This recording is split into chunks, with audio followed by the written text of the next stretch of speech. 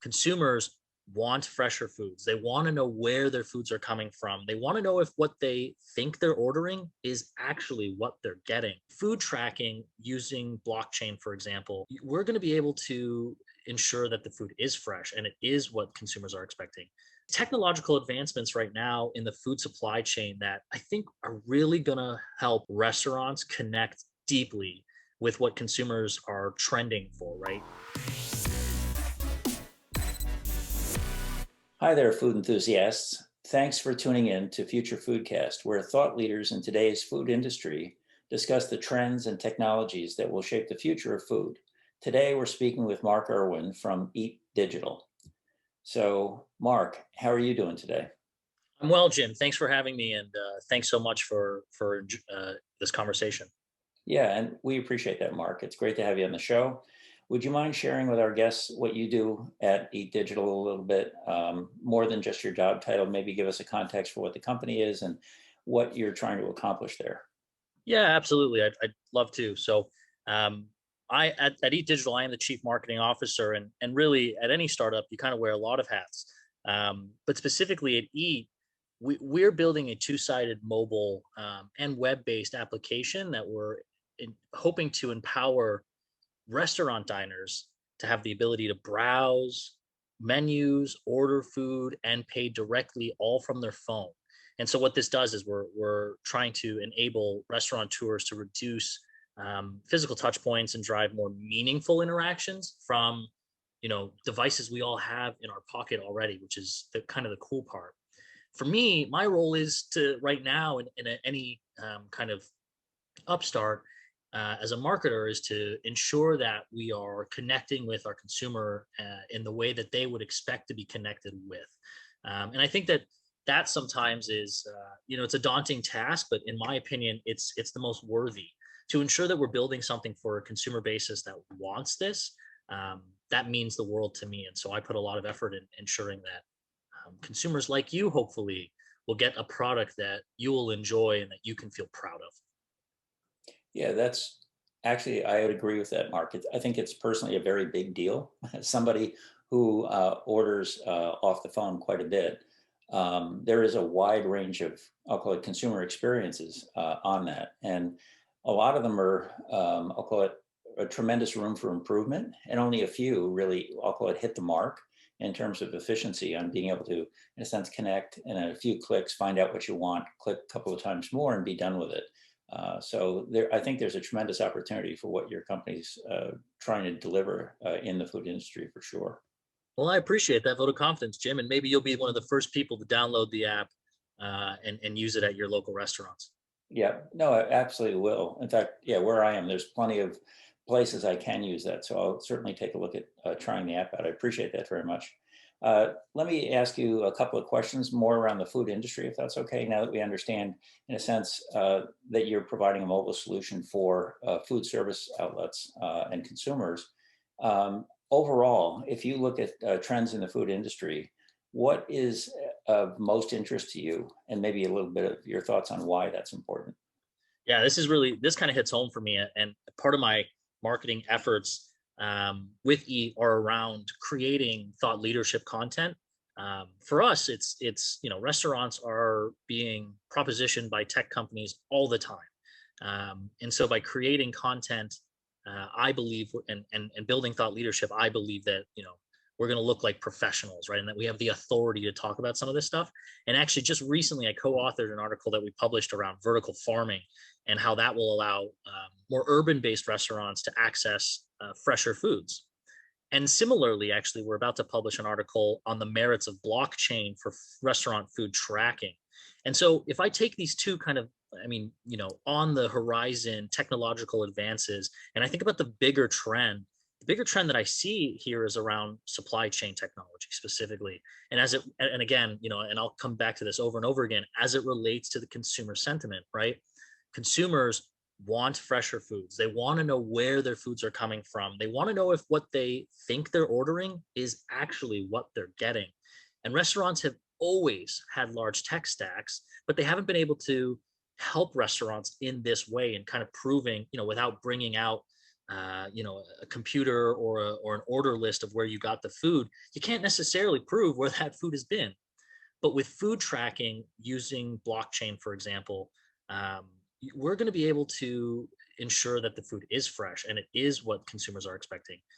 A chef is going to be able to walk downtown Chicago a couple blocks to a vertical farm and pick produce. Um, and that will also ensure freshness for the consumer. And so there's these technological advancements right now in the food supply chain that I think are really going to help restaurants connect deeply with what consumers are trending for, right?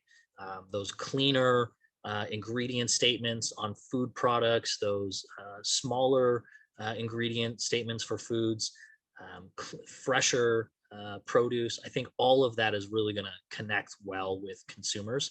And I think that's the coolest thing I'm seeing right now in the restaurant, well, in food industry in general.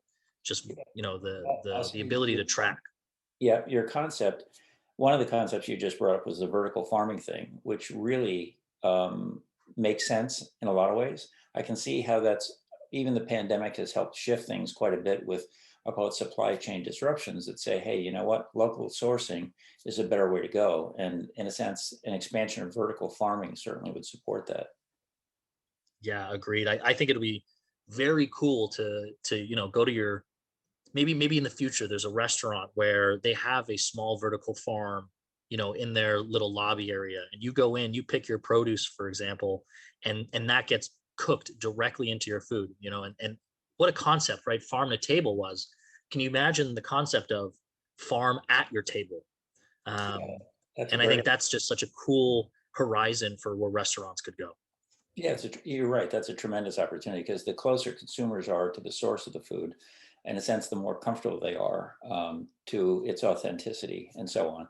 And then the other point you brought up is really about tracking through the supply chain. Since everything can't be grown right in the restaurant, things do have to get sourced from other locations. And the ability for technology to show you where the sources of your food and even the ingredients are coming from certainly would build confidence, I think, at the consumer level. Yeah, I think especially for those who, buy food at the restaurant or even at a at a grocery store, for example, being able to certify if the product is organic or if it has fair trade origins, if there was food tampering, you'd be able to deter that, maybe any fraud or false advertising. I think that transparency is super important, and the use of blockchain to do so is just very interesting. And I won't say any names, but there's a large global quick service sandwich restaurant that sells only sandwiches, and they're a little bit of hot water right now, right, due to the content of their tuna and their tuna fish sandwich.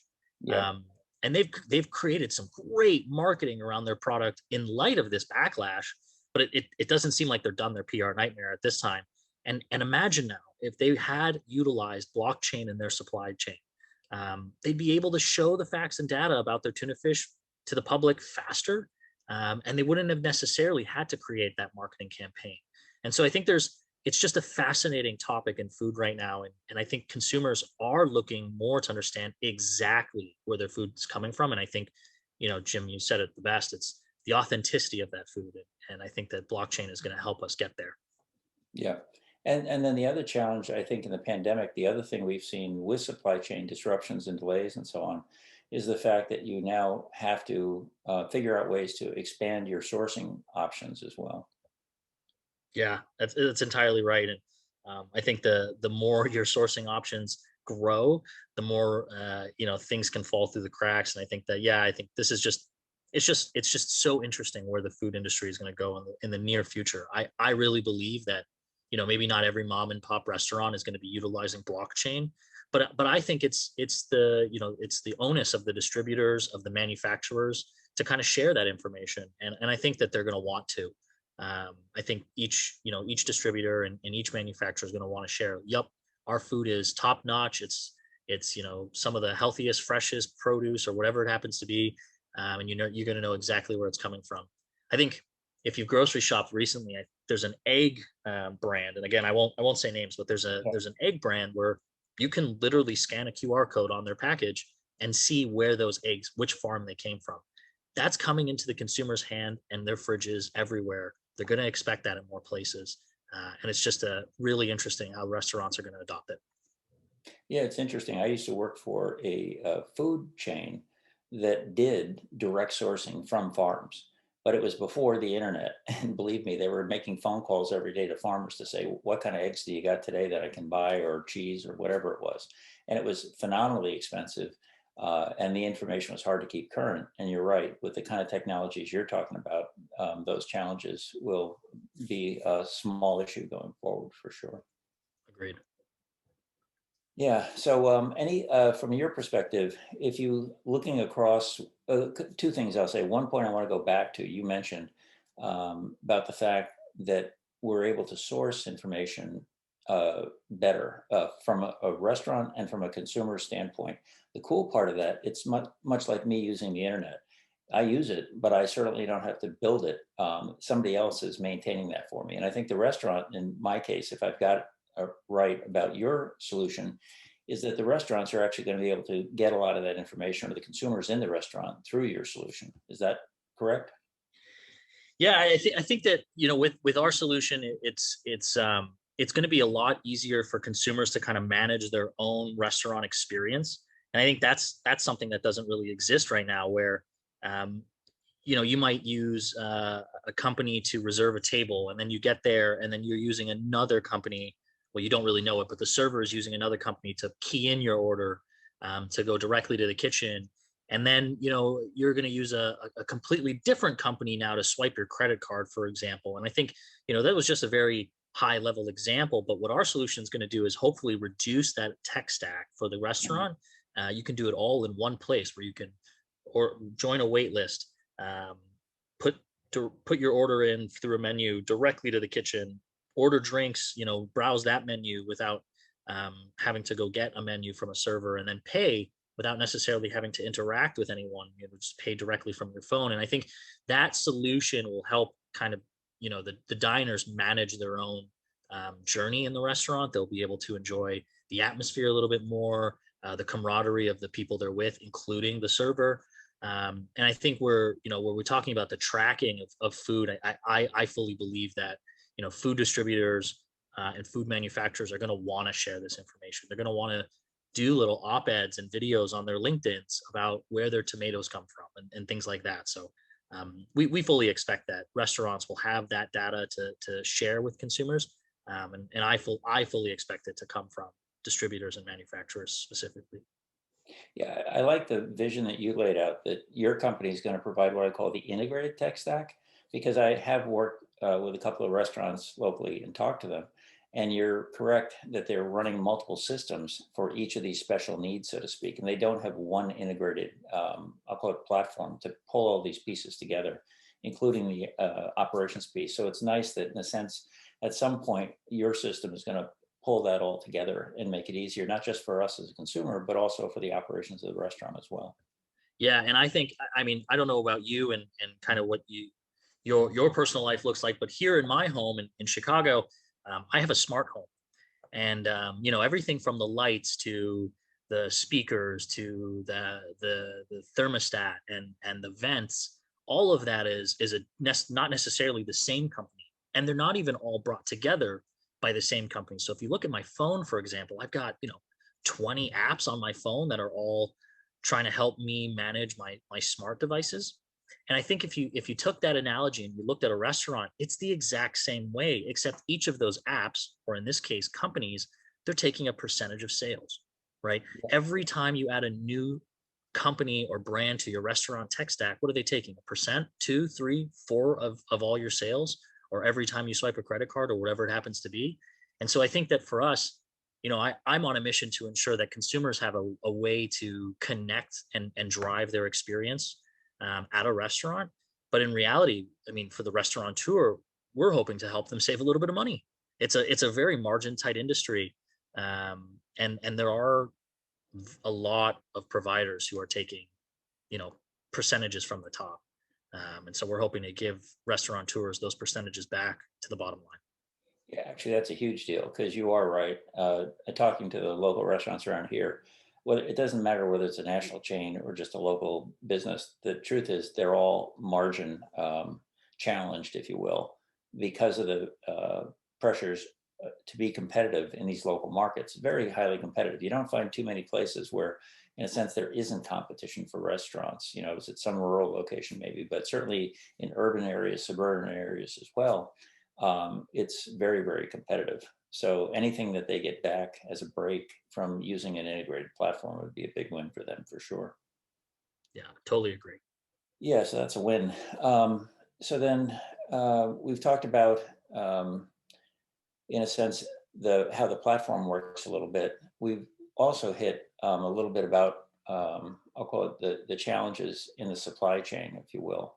And you mentioned correctly the potential benefits of having end-to-end traceability on the sourcing, which, like I say, people, I'll call it companies do it now, I'll say, but it's not integrated across the supply chain. So as an example, I know of one, I'll call it produce and juice supplier, if you will.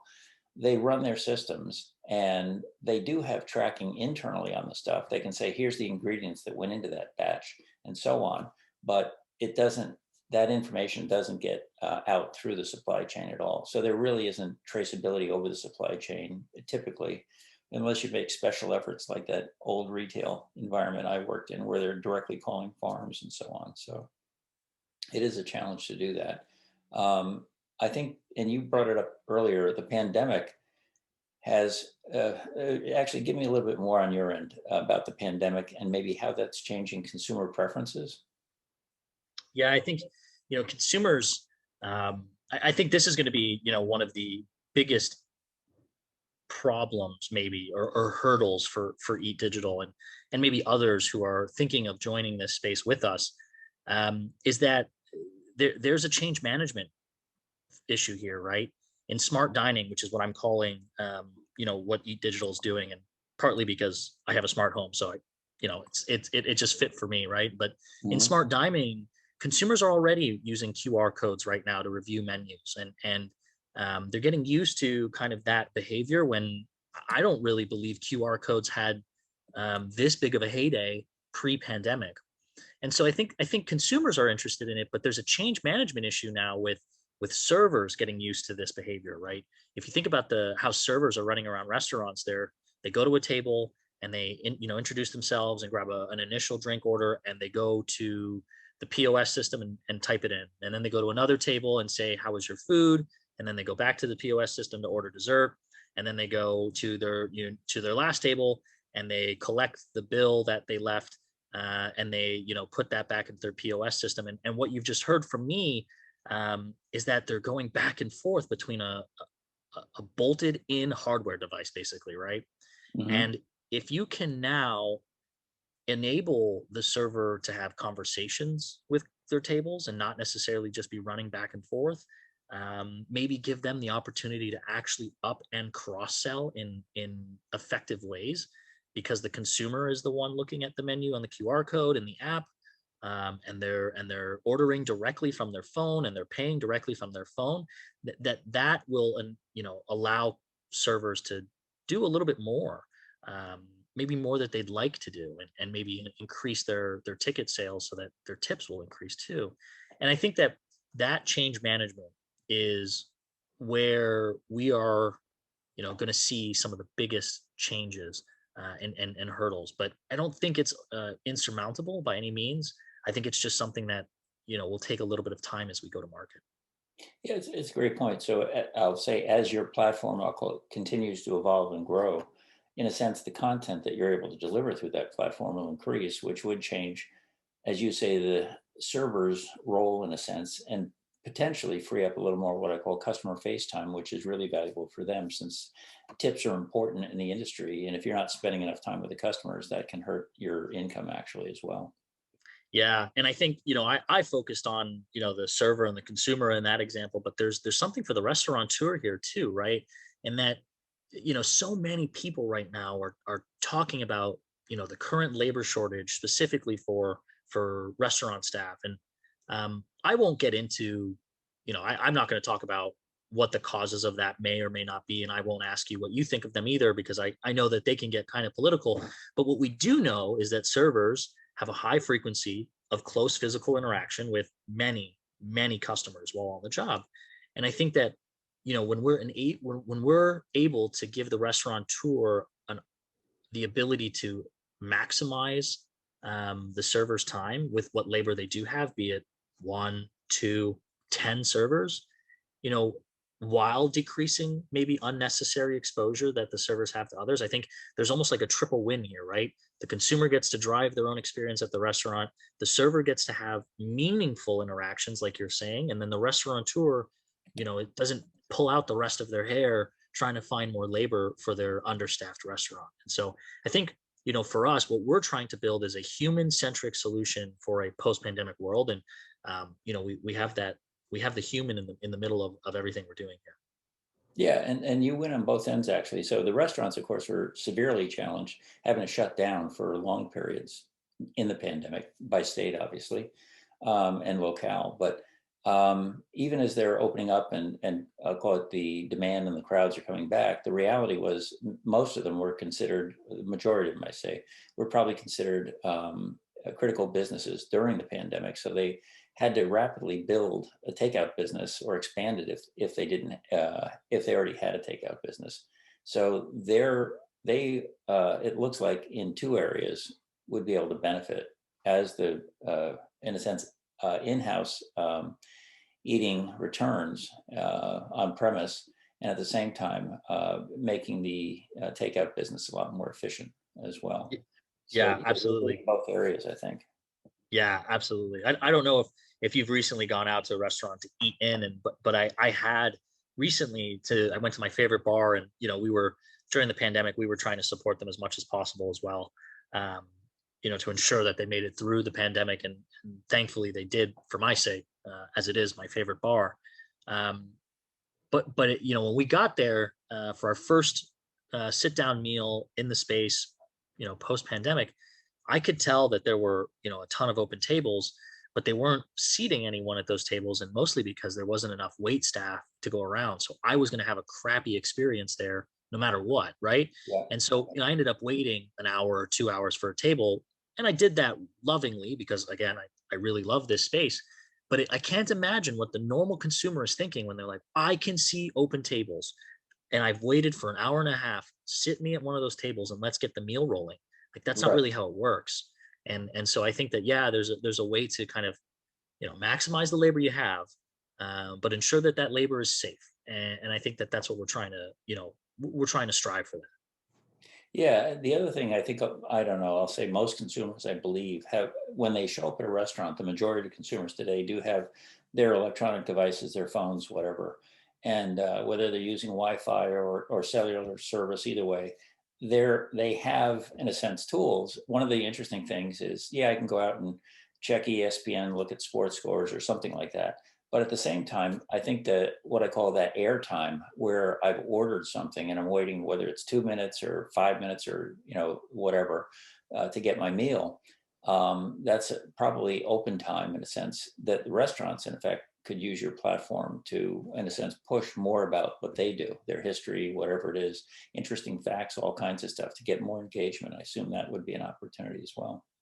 Absolutely. And we plan on doing exactly things like that, where we're getting the restaurant to kind of share how they got to be, right? And I think that there's so many interesting stories in every neighborhood, in every city. And I think sometimes we take those for granted, or we just don't know them at all. And so yeah, that's a really good point, Jim, and on something we're trying to build. Yeah, and so was really, and your example about your favorite bar. We all, in my case, the list goes on forever. Favorite ice cream shop, favorite bakery, place. So I won't go into my list, but it's a long list. And the truth of it is, you're right. You want to figure out ways to help them, in a sense, make their brand more solid. So they have more marks attending the bar, and they have more gyms going to the ice cream shop, kind of thing, who are really committed to that. And that does make a difference because that's where they see high volume to repeat traffic. So whatever you can do to support that is going to be strong for them, obviously.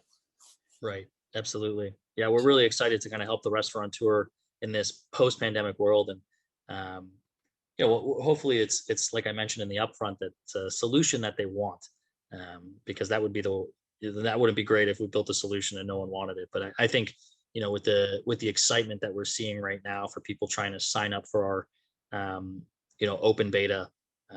I think people are interested. Yeah, no, that's great. I'm glad. So you're in an open beta now. What are the next steps in terms of the rollout for you? Yeah, we're building the product right now, and we're getting restaurants to kind of sign up and for a beta later this year. We just did um, uh, an alpha, if you will, months ago to kind of get us rolling. But yeah, the product it will be live to people this year. I actually have an app on my phone already that's more of a test app. So I'm going through it and kind of finding different things here and there that we can fix before we really launch it and go live. But we're excited for later this year to for our go live. And there are some restaurants who have signed up to say, hey, we want in on this right away, and we want to help you kind of build this app and this future from the ground up. So those folks are signing up for the kind of that beta. Yeah, so that sounds like, well, so let's put it this way. I'll say, number one, I'll say you do have a website and it does help the restaurant understand and the consumer understand what you're doing and how you're doing it. If a restaurant wants to reach out and contact you, how do they do that? If they want to get involved in the beta program or follow on or whatever, is there a process for that? Yeah, Jim, thanks for giving me the opportunity to talk about it. I'd say that any restaurant, pretty much anywhere, can reach out to me directly if you'd like. And I'm happy to share my information, but also on the website there at eatedigital.com, we have a way at the bottom to kind of stay in touch and sign up. So feel free to contact us through any of our social media platforms: LinkedIn, Instagram, Facebook, Twitter, or send us an email at hello@eatedigital.com. We'd be happy to chat with anyone and take feedback. You want to sign up to help us build the future of smart dining, or anything in between. I think that everything is on the table for those who want to help the restaurants make it past the pandemic. Great. Thanks. I'll go ahead. I want to shift topics a little bit to maybe some other areas as well. So from I'll call it a consumer perspective, there's more and more push toward what I call social responsibility and within, I'll call it the food supply chain overall. So simple things like in the past, we've always had a need for better, and you mentioned it earlier, better traceability of food, from, in a sense, the point of consumption all the way back to the origins, if you will. So that need has always existed, and you can see where there were gaps in the past on that. From your perspective, any other, I'll call it key points around transparency in the supply chain that matter, do you think, to consumers at this point? Yeah, that's a great question, and thanks for it, Jim. I think what you're seeing from a few companies already, right? And I think you could everyone could look this up, but being able to trace the growing origins of a coffee to the Rainforest Alliance ensures that everyone along that supply chain is getting their fair share, and no one's being taken advantage of, for example, right? And I think that it's so easy to do that by scanning the QR code on packaging, kind of like I mentioned with the eggs, even in my fridge right now, where you can kind of um, trace the growing origins, or other companies utilizing some of this traceability are looking to deter fraud. um, you know Ensure that the right product is moving through the right part of the supply chain, and then if it's not, then it's not sold into shops, right? It's kind of stopped before that happens. And so it sounds weird to talk about fraud in the food industry, and I don't think that people really understand that it's a reality. But I think that when we talk about transparency in the supply chain, that's exactly that, right? We're looking for the right product at the right time. We're looking for where that product came from, and I think consumers and customers alike are all looking for those pieces of information and those data points. And I believe that they're going to get just that when we enable blockchain in a bigger way. It's not just for cryptocurrency, right? It's really something we can use to track. And I think the coolest part about it for me is that sometimes data exists on one server or one person's computer, and it can be easily manipulated that way. But with blockchain, it's an open source. And so it exists on everyone's computer in a way. And so you're very easily able to deter some, inappropriate changes in the data, which means that you're able to know what exactly it is that you're getting and where it's come from. And I think again that is a huge consumer trend right now, and an incredibly important part of where the food industry is going to go in the very near future. Yeah, that's a great point. And I think technically we all hear these stories in the news about cybersecurity threats and ransomware and all kinds of things. And anything that adds what I call the ability to protect and ensure the accuracy of data, especially across the network, is a critical technology. So blockchain may be at the top of that, but there's other ones as well. But the key to it is that you're guaranteeing, in a sense, the accuracy of the data from its source to its consumption, which is a big deal. And your point about the QR codes, and maybe I'll push this a little bit more. There are some products that are don't go through what I call a lot of transformation in the supply chain. So the example is, coffee is a good one, where I take coffee beans and basically they get harvested, they get packaged and so on, and then go through wholesale distribution and eventually show up at a retailer or a restaurant where I'm getting served coffee, right? And to your point, getting a QR code on my coffee cup that says, okay, scan this in your phone, and boom, it pops up and I can see the farmer where those beans came from, is one type of challenge. When I take a product that's goes through a larger manufacturing process, it becomes a lot more challenging for us today to try to do that traceability. So we've had certainly traceability of what I call produce and other things, coffee and so on, that have minimal, what I call transformation during their journey. But the other ones are larger, and I think those will take longer. But anyway, any thoughts on that at all? Yeah, I think, and I think, like I said, this is coming fast to everyone. Very, and I don't think they recognize it, right? I didn't even. I'm literally about to publish this article on blockchain in the next week or so, and in my fridge, I had something very similar to it, and it's that QR code, right? And like I said, QR code is having its heyday right now. I don't know if it's been this big since ever, but certainly not pre-pandemic, in my opinion. It's everywhere we go, and I think people are getting so used to how to use it. It's just one piece of the technology to make it more accessible to consumers. And I think that, as a normal consumer, I'm not going to go into the back room of a grocery store or a restaurant and ask, where'd you order this food, and things like that. I'm sure I could ask someone and they would tell me, but now I don't need to, right?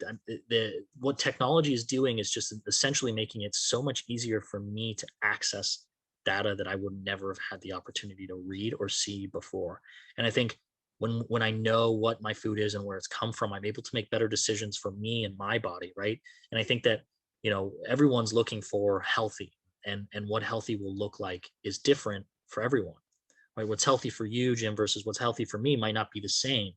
And I think that now I'm able to make more dialed in decisions on my personal health and my personal benefit versus yours. And I think that no longer are we just going to cookie cutter and diets and plans like that, right? Everything will be very personalized, and it can be, because now we can see where everything has come from, um, and exactly what that food is. So I think this is just such a really interesting time now for food to kind of be more of a transparent um, industry. I don't know if it's ever been as transparent as it's going to be, and I know it's not as transparent as some other industries, not food related. So this is just such an interesting time for food to be more, to have that data be more available and accessible to everyone.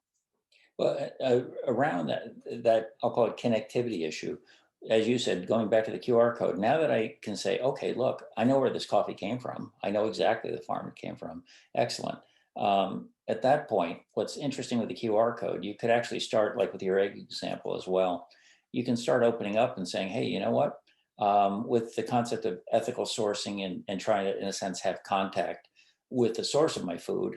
If it's not vertically grown in my living room kind of thing, I can say, hey, it's maybe a farm wherever in Colombia, or it's a tea plantation somewhere else, or egg farm in New Hampshire, wherever it is.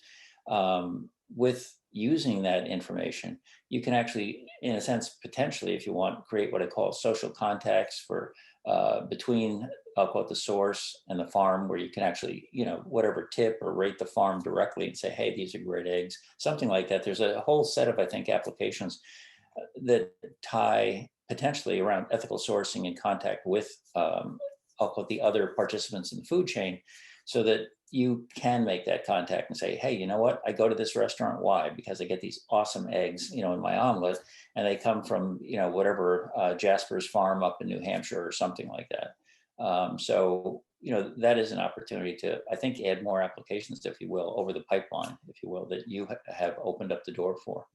Yeah, I think you're absolutely right. And I think even, as I think about it now, like what are the uses? What are the uses beyond the ones I've talked about? It's hard to know what people are actually going to use this for. And I think that that's a really exciting thing too, is that the technology is so expansive that there's so much you can do. And I think that that's really fun. Let me flip a thing around and ask you. We this is an easy one. So I'm a million years old. I tell my grandkids, and I have a son who's, I think, 26 now, and he's, I'll call it, from a different generation than I am. So when I grew up, we were just glad to see food. We didn't ask questions about food. We just ate food. If you gave us food, Right. we ate it and consumed it. On his end, he is that other generation, and he's the one who has taught himself how to be a French chef, and he knows all kinds of cuisines from all over the world.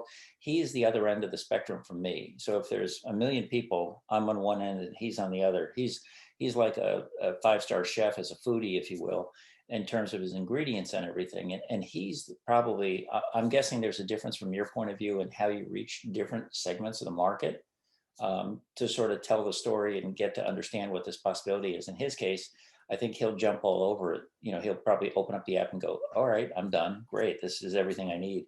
But I think there's a challenge, I would guess, of trying to educate different segments of the market. Does that make sense?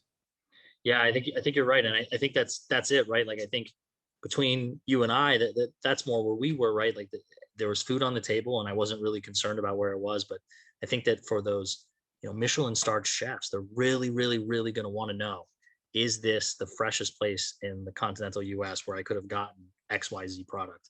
And I think they're going to find out very quickly that they, with this technology. And I think that they're going to change menus because of it, right? They might say, oh man, I've been ordering this for the last 10 years and I didn't recognize that it maybe wasn't the freshest product. I thought it was good, but it wasn't good enough. And they might change menus because of that. And I think that I mean, there are so many things that are coming down because of it. And they might change it for the better, right? And I think that that's just such a, what the possibilities are in a lot of ways are endless.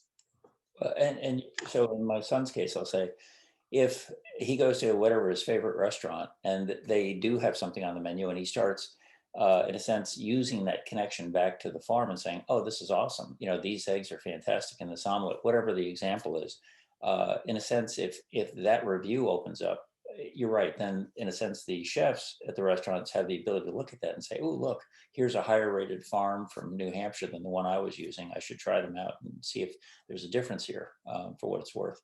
It's Yeah, I think a lot of suppliers are going to see their demand grow in places that they weren't expecting. And I think you're right that if you've got chefs who are saying, hey, I used to buy my eggs at XYZ farm, but now I can buy it at ABC farm.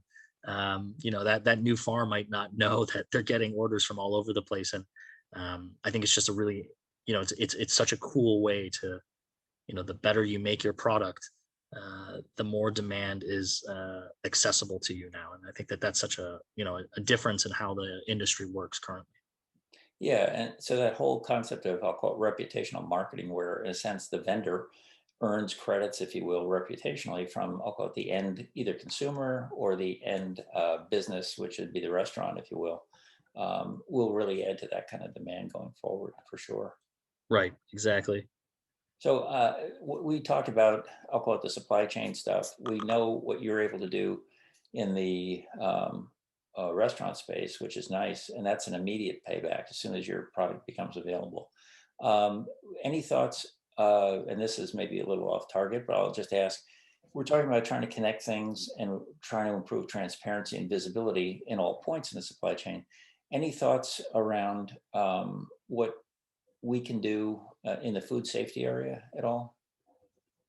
Yeah, food safety is a really interesting one because I think that a lot of work goes into ensuring plants are food safe, and that food, when it makes its way from a plant to a restaurant, it's cooked the right way. I think that the nice thing is that recalls right now are really harrowing experiences. I don't know if you've ever had the um, unfortunate experience of having to go through a food recall. What I can tell you is that when food is recalled, for example, be it in a restaurant or in a grocery store, um, I mean, people are working long hours over the weekend, overnights to ensure that no one has that food in their home because it's not safe for them. And I think that this is just another way that blockchain and other kind of food technologies are going to help, because you're going to be able to aid in mass recalls of anything contaminated. And I think that that's kind of new, right? I know we keep good track of what lot that food came from and what other products it was shipped with and things like that.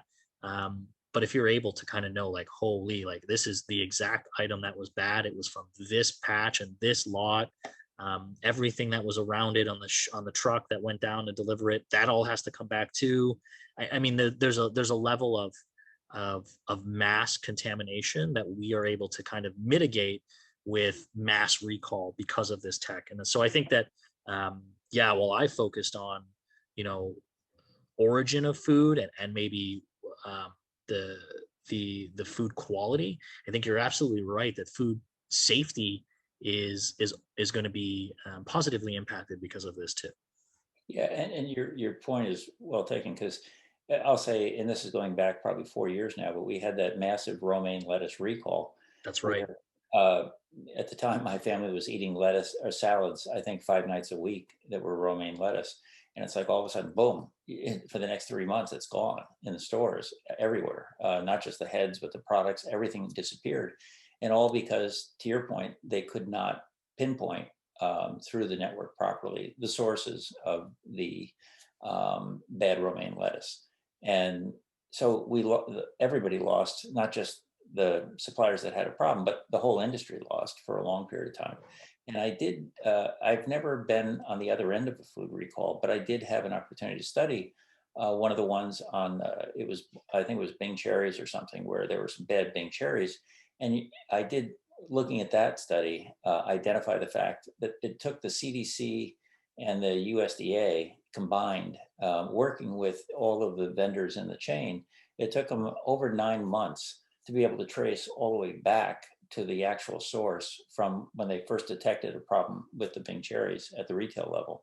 And then the reverse of it is, after you say, okay, here's the source, you're asking, okay, well, what else did they produce that was potentially bad? Now go trace forward and find out who else may have bad Bing cherries. But that forward, backward, and then forward traceability issue, while it wouldn't be necessarily instantaneous, I would guess, just a guess, that it might be dramatically shorter, with fewer what I call manual lookups, as you were mentioning earlier. So hopefully in the future, when we add that kind of technology in throughout the supply chain, it should start to hopefully shorten the time it takes to do that kind of traceability.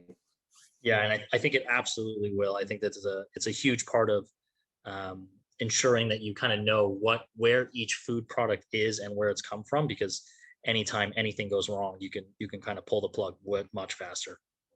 Yeah, yeah, that'll be a very big deal. So, any other talk about the pandemic? Oh, what I did hit the thing earlier about the difference between how old I am and how young my son is. Talking about different generations and market segments. When you look at, I'll call it changes in food technology, and what, in a sense, your platform is going to be able to help deliver informationally to audiences. When you look at audiences, we're not all the same, obviously. And so your thoughts maybe on how, in a sense, your platform might be able to help different types of, I'll call it consumers, so to speak, since we're not all the same, in a sense, engage and understand what's going on and even educate a little bit, given that there are big differences here. Yeah, I think I kind of roam around the internet a lot and kind of read interesting and kind of silly and sometimes very uh, unintelligent things on the internet, and depending on where I'm looking, and it's kind of all in fun and good nature. But I think what I learned recently was I was kind of scrolling through um, certain posts and things like that, is that there are a lot of people out there who don't know the ingredients of mayo, for example. And I bring this up for a very specific reason, so bear with me for a second here, Jim. Yeah, there sure. was a there was a story of a woman who was ordering a sandwich, and she said, I'm a vegan, and I only want vegetables and vegan items. And so the sandwich creator puts it together, wraps it all up, and she goes, can you please put mayo on it? And he kind of looks at her and says, that's a kind of a sick joke, right? Because mayo has eggs and you're vegan. And she had the palest of faces, as if she didn't know. And I think that, you know, it's funny in kind of like a tongue-in-cheek kind of a way, where it's like, oh yikes, you've probably had a ton of non-vegan products in your vegan diet. Hmm. um and so it's kind of like a, oh yikes, sorry about that. But for me, it actually illuminated something a little bit different. In our app, what we're trying to do is allow consumers to really engage and build their own experience. And if you know that you're a certain diet, you have certain dietary restrictions, you can kind of call that out on your profile, right? And so I'll take a more real example. My significant other, she's allergic to, or she has an intolerance to dairy. So she'll now be able to go into her Eat profile and say, remove cheeses and sour creams and milk products from the menu. And so if we go to my favorite bar and they have our app, any food item on their menu that had, dairy in its might say, hey, you shouldn't order this because it has cheese. Do you want to remove the cheese? Or, here's the menu of products that you can order without having to worry that it has any type of dairy products. And I think in that way, people are going to learn very quickly what is and isn't in their food. And I think that, for people, for her, it's not a big deal if she has, a little bit of cheese or a little bit of milk. It's no big problem. But for others who have maybe more severe allergies, maybe they can't have tree nuts, and peanut oil is a really big no-no for them, right? But a lot of people cook in it. So we're going to find out very quickly what is augmentable, I guess, what is able to be augmented in a restaurant, but also what is in everything. And I think that there's a little bit of learning there for people who are just casually going out to restaurants and maybe don't have a um, cooking background or a kitchen background. And so I think that that's a pretty cool part of what I think we're building. And where consumers are going to be able to really dictate what it is that they get on their plate in front of them when they order. Actually, that may be the biggest thing that you've said so far, in a way, because what you've just described is we are all different. In a sense, our perfect health situation is different. Our perfect diet is different. And whether I have a doctor's prescription that says Jim shouldn't have salt or gluten or whatever it is, or I don't, everybody understands usually as you grow up a little bit what is better in your diet, what isn't, even if you don't have, I'll quote, restrictions. But the ability to have a, I'll quote, a personal profile that says, hey, these are the best things for me, and these are the things I should stay away from. And here's the things that are totally restricted. To be able to say, here I am, I'm Jim, and I'm in your restaurant. And what do you got? Just to ask that question and say, boom, here comes the menu customized to you. And in a sense, as you said, in effect, I can take that salad and it could even be made to order, minus the ingredients I don't want or that aren't good for me. That's an incredible breakthrough. You're allowing, because most of these things in food service are custom prepared for the bulk, most of them are. And as a result, that's a phenomenal way to add value from a restaurant's perspective, because you're saying, in effect, if you use a system like this, we can, in a sense, automate the ingredients that are going into your dish, Yeah, different and than one Mark has. That's a phenomenal thing. it's just fully tailored, right? That's all it is, right? And it's tailored to you. And you're totally right, Jim. I know for me, there are certain foods that absolutely I need to have more of in my diet, and there are certain foods I need to have a lot less of. If beer was a food group, that's one of those that I need less of, right? But I think I need more. And it's as soon as you put that into the profile and it says, okay, like this is who Mark is or this is who Jim is, and I think you're absolutely right. It's just a tailored solution for you, and whoever you are and whoever whatever diet or dietary needs or restraints you have. And so I think in that way, it is a very powerful tool, and it saves kind of sometimes that embarrassment of saying, hey, like, can you remove the walnuts from that salad? Like I have an interaction with those that it's not, not the best. And, servers aren't embarrassed to get that, but sometimes it can, feel weird to say those things out loud. Um, I know, again, back to my significant other, there are certain meals where she just says, you know what, just put the dairy in it. It's not worth, having this fuss. And so for every solution to be tailored wherever whatever restaurant you go to in whatever city through the app. Yeah, I think it's a really interesting way to kind of create your own eating experience. Well, and it's so your significant other, as you said, her dairy tolerance is reasonable, so she doesn't have to have it all removed. But to have your profile like that and say, hey, just to give me an option on the menu saying, should I remove the cheese or not? It's a click, leave it or take it out. My nephew, on the other hand, is severely allergic to peanuts, as some people are, and his is more of a life-threatening deal. So it's if my profile said absolutely none of this, boom, those would come right off the menu to begin with. And I wouldn't even have the option to order peanuts or anything that used peanut-based oil or anything. It's funny because that almost leads to I'll call it a different program, which says I'll call it almost an eat safe strategy. Do you know what I mean?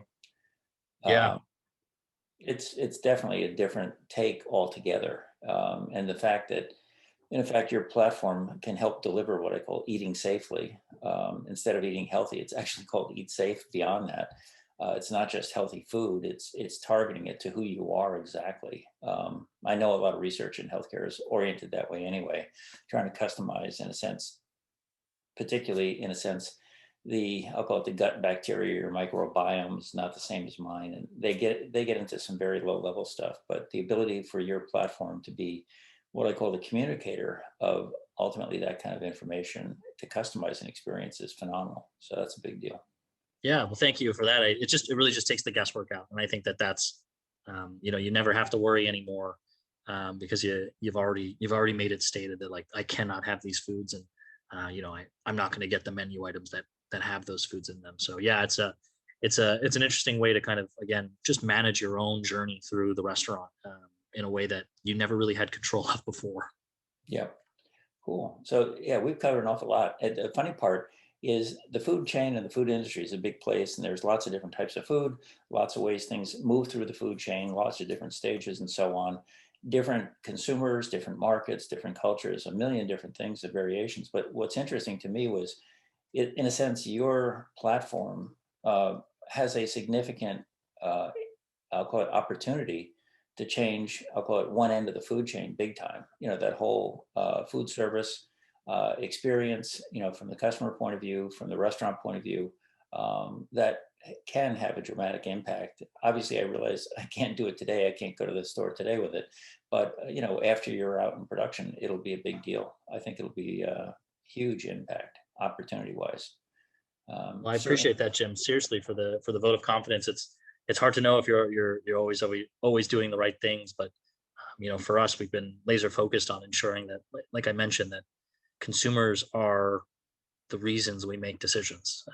If it's not going to make their lives easier, or if it's not going to make the servers' lives better or the restaurants' lives, more fruitful, then there's no point in doing what we're doing. And so, um, I really do sincerely appreciate your vote of confidence.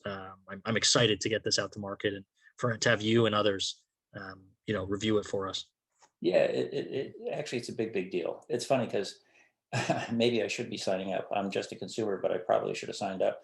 My son actually has, I'll call it a mild form of Crohn's, and he has that same dietary thing. And if, and again, I'll just say again, going back to your concept of the profile, it would be phenomenal for him to just go into a restaurant and say, boom, here's your menu options, and here's the things that are optional on that for you. Boom, just hit a button and say, yeah, I'll take those things.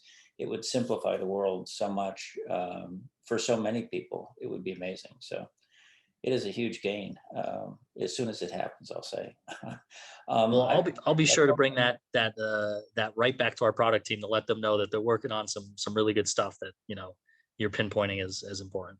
yeah, I think the value for that's going to be phenomenal. I mean, when and not just my son is a beta customer, I'll say, but um, getting the story out that you've been able to do that, even on a small scale to start, will, in a sense, open up a lot of eyes to like, oh my God, I didn't even think that that was something that was a thought. We live a certain way. I do, certainly most of us do, and we don't rethink how life can be. But when you flip something like that out there, it's like, oh wow, that changes the whole game of how we work on something. So it is a big deal. That's awesome. I've hit a lot of things on my end. Is there anything that I haven't covered that is a big trend from your point of view that we haven't hit yet that is important that you can think of? Yeah, Jim, thanks again. And for me, the biggest trends that we talked about were tech and supply chain, where the labor is going to come from, and what the labor is going to do when they talk about returning to restaurants, and the like. And so I think those are some of the biggest things and problems that we need to kind of address in the restaurant industry right now. But for as it always is, the consumer has some needs that they want satisfied, and those trends right now look like technologically advanced ways to do things, as well as fresher, cleaner foods. And I think that so we've talked a little bit about that too. So in a way, somehow in an hour, we've talked through all the big hitters. But I'm sure we could have continued this conversation much longer, and gone into a little more depth. So what I'd say is, Jim, thanks so much again for having me on and chatting with me a little bit about where we think the food industry is going to go. And what I'd say is stay tuned to some of the things that we're doing, and we're going to launch at the end of this year.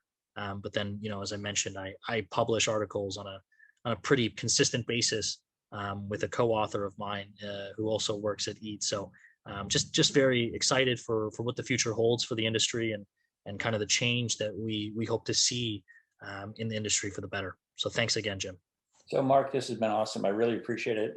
You have a great perspective on what the whole food chain is about, obviously, but then more importantly, I think you've got this new, I'll call it model for a platform that can really revolutionize things. So, unfortunately for you, we'll probably have to ask you back to Future Foodcast after this is in production a little bit and make you repeat this again, so we can really see what the net impacts have been, if you don't mind. I would be more than glad to do that. So thanks so much. Great. Thank you, Mark. I really appreciate it. Thanks for listening to Future Foodcast. Future Foodcast is powered by Farm to Plate, the leading food blockchain platform. Subscribe on YouTube or wherever you listen to podcasts to stay up to date with the very latest innovations in the food industry.